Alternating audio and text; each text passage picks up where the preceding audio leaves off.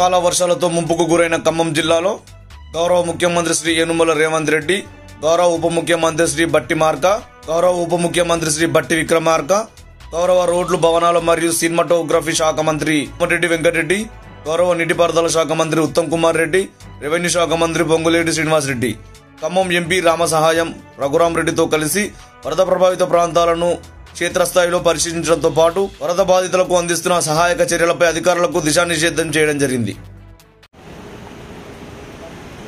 నా cell phone నాకు దగ్గర సార్ని రమ్మండి కాకపోతే ఇక్కడికి వస్తే నాయన కొద్దిగా ఇక్కడ రమ్మను అన్న.